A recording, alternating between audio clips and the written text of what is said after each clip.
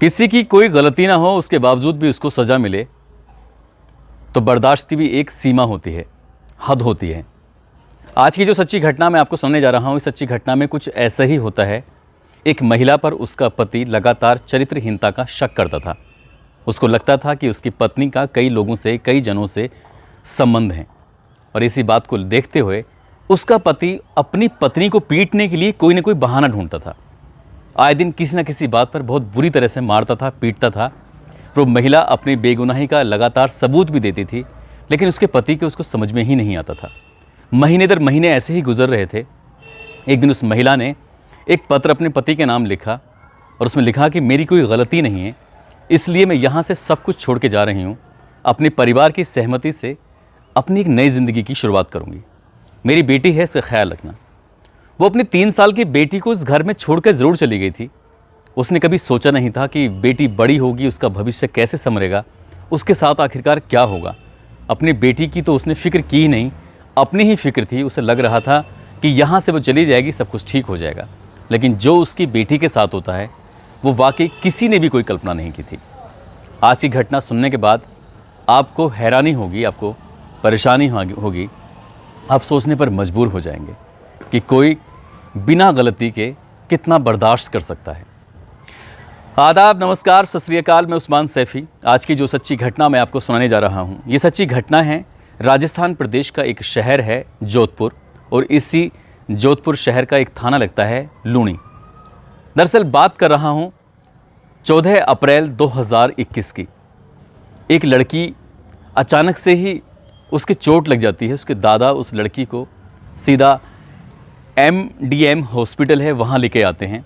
Doctor सबसे पहले ही कारण पूछता है कि आखिरकार इसको चोट लगी कैसे है। दरअसल उसकी नाक में कुछ गहरा जख्म था।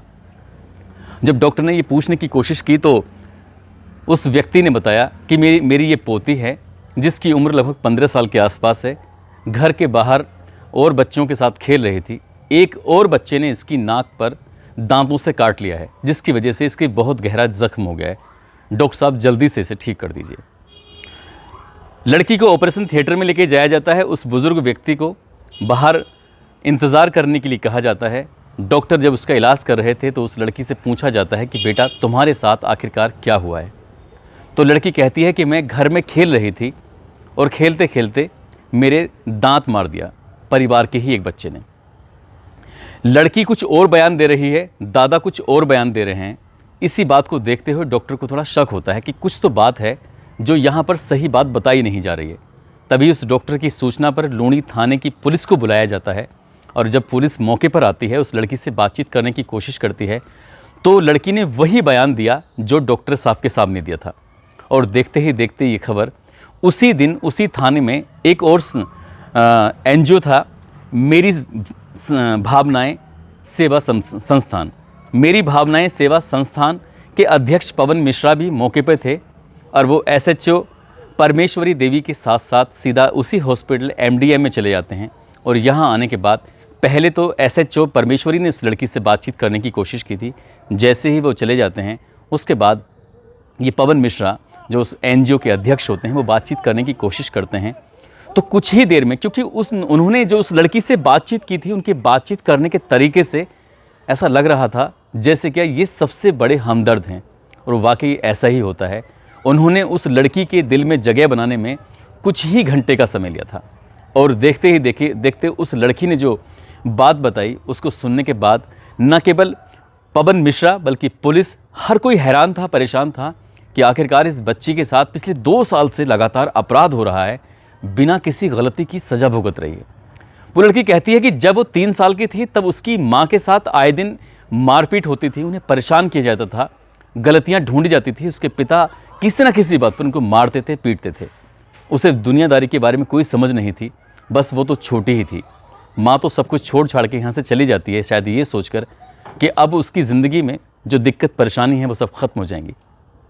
बेटी घर रह जाती है, 3 साल की थी, और धीरे धीरे करके जब वक्त आगे गुजरता है, बेटी जब 13 साल की होती है तो उस दिन घर पर कोई नहीं था। उस लड़की के पिता ने अपनी ही बेटी के साथ जब 13 साल की उम्र में थी गंदा काम किया, घिनौना काम किया, यानी कि माँ का गुस्सा अपनी बेटी पर निकाला।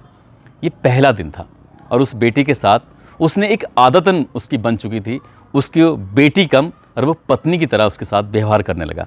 आए दिन उसके साथ गंदा और घिनौना कृत्य करता था। कई बार उस लड़की की दादी, उस लड़की के दादा ने अपनी आंखों से ये गंदा काम होते देखा। विरोध करने की हिम्मत नहीं थी, यदि विरोध करते तो उन्हें समाज की बदनामी की वजह से उन्हें शायद बहुत सारी चीज़ें झेलनी पड़ती। इसलिए अपने बेटे को बार बार समझाते थे, अपनी पोती को बार बार समझाते थे, और समझाते समझाते कब 24 महीने का वक्त गुजर गया पता ही नहीं चला। वो लड़की हर दिन हर वक्त इसी परेशानी, इसी समस्या से जूझ रही थी। विद्यालय जरूर जाती थी, वहाँ थोड़ा बहुत उसको सुकून मिलता था, लेकिन घर में अपने ही पिता के सामने जब पिता आते थे डरती थी। सोने के लिए अक्सर दादी के पास या दादा के पास ही रहती थी, क्योंकि जितनी देर दादा दादी के पास या विद्यालय में रहती थी उतनी देर ही वो सुरक्षा महसूस करती थी। इसके बाद उसको कोई सुरक्षा की कोई गारंटी ही नहीं थी, क्योंकि उसका बाप उसको अपनी हवस का शिकार बना रहा था। और इस काम में सगे ताऊ और ताई भी कहीं ना कहीं उन्होंने आंखें मूंद रखी थी, इस बात का कभी विरोध नहीं किया। जब बात हद से कहीं ज़्यादा बढ़ जाती है तब उसके दादा अपनी ही पोती, जिसकी उम्र ज़्यादा नहीं थी, महज 15 साल के आसपास हो चुकी थी, क्योंकि 13 साल की उम्र में उसके साथ ये गंदा और घिनौना कृत्य शुरू हो जाता है, 15 साल की उम्र तक लगातार चलता रहता है। उसके दादा ने, क्योंकि उस गांव में विद्यालय नहीं था, पास के ही गांव में विद्यालय था, ये बहाना करते हुए कि बेटी पढ़ेगी आगे बढ़ेगी, इसलिए अपनी ही बेटी पोती को वो सीधा पड़ोस के गांव में एक कमरा दिलवाते हैं, किराए का मकान दिलवाते हैं। उस किराए के घर में उस पोती को छोड़ देते हैं, ताकि वहाँ रहेगी तो सुरक्षित रहेगी, घर में रहेगी तो शायद उसके साथ गलत होगा। लेकिन वो नहीं जानती थी कि जहाँ जा रही है वहाँ इससे भी ज़्यादा दिक्कतें होंगी। पहले ही दिन जब वो रहती है तो पड़ोसी देखता है, उससे पूछता है उसके दादा से क्या बात है। कहते हैं कि मैंने अपनी पोती का यहीं पर एडमिशन कराया है, मेरी पोती यहाँ पढ़ेगी और यहीं रहेगी। उस व्यक्ति ने पहले दिन अपने घर से खाना लाता है बनवा के और उस लड़की को दे देता है और कहता है बेटा इसे खा लो और खाने के बाद अब आराम कर लेना। वो नहीं जानती थी कि उसके खाने के अंदर नशीला पदार्थ मिला हुआ है, और उस व्यक्ति ने उसके साथ वैसे ही किया जैसे कि उसका बाप कर रहा था पिछले 2 साल से लगातार।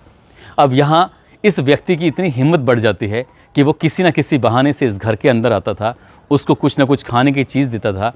पहले दिन उस लड़की को पता नहीं चल पाया, लेकिन जैसे जैसे वक्त आगे बढ़ रहा था ठीक वैसे वैसे उस लड़की को भी आभास होने लगा कि ये व्यक्ति उसके साथ गंदा और घिनौना कृत्य करता है। शुरुआत में नशीली दवाइयाँ देकर उसके साथ ऐसा हो रहा था, लेकिन बाद में उस व्यक्ति की भी आदत हो जाती है और वो कहता है कि ये बात किसी को तुमने बताई तो तुम्हारे साथ बहुत बुरा होगा। उसके दादा हफ्ते में या 15 दिन में अपनी पोती से मिलने के लिए जब आते थे तो उसके बाद वो पूरी कहानी ऐसे ही बयां कर बैठती है। ठीक 28 दिन तक उस लड़की के साथ ऐसे घिनौना कृत्य हो रहा था। 28वें दिन जब उसने अपने दादा को पूरी कहानी बताई कि मेरे साथ ये व्यक्ति में गंदा घिनौना कृत्य करता है, कहता है कि तुम्हें मार दूंगा अगर तुमने ये बात किसी को बताने की कोशिश की, तब उसका दादा अपनी पोती को लेकर घर चलाता है।